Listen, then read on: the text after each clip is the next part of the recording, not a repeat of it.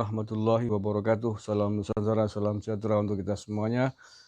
Saudara-saudaraku sebangsa dan setanah air dimanapun Anda berada, akhirnya pemerintah Saudi Arabia memberikan keputusan yang tegas tentang penyelenggaraan haji tahun 2021 ini.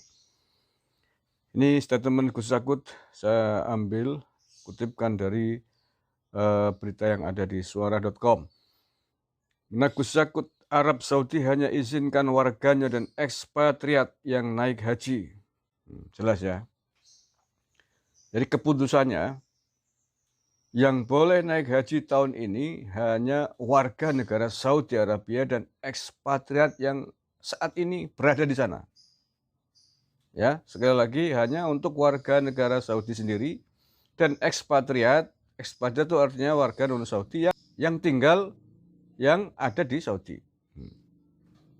Jadi jangan framing lagi bahwa Indonesia tidak becus ngurus haji ya. Kan tidak ada satu negara pun yang diizinkan oleh Saudi untuk naik haji pada musim haji tahun ini.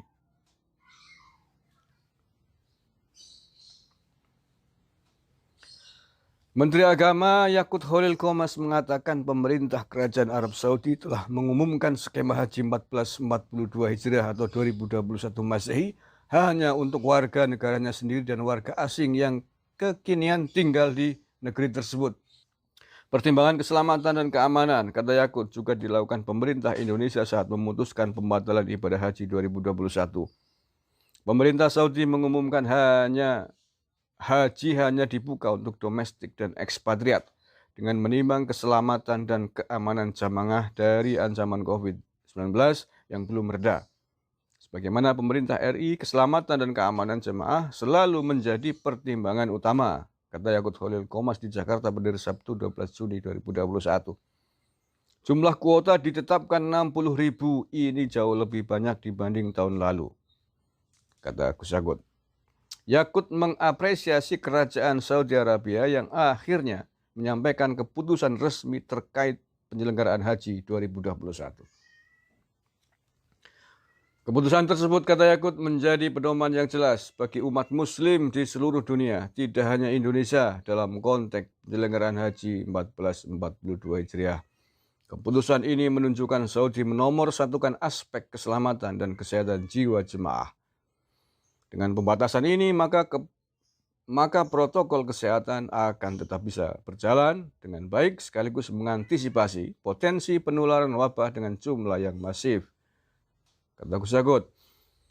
Ia berharap keputusan ini juga mengakhiri polemik atau munculnya informasi hoax selepas pengumuman pembatalan keberangkatan jemaah haji Indonesia pada 3 Juni lalu.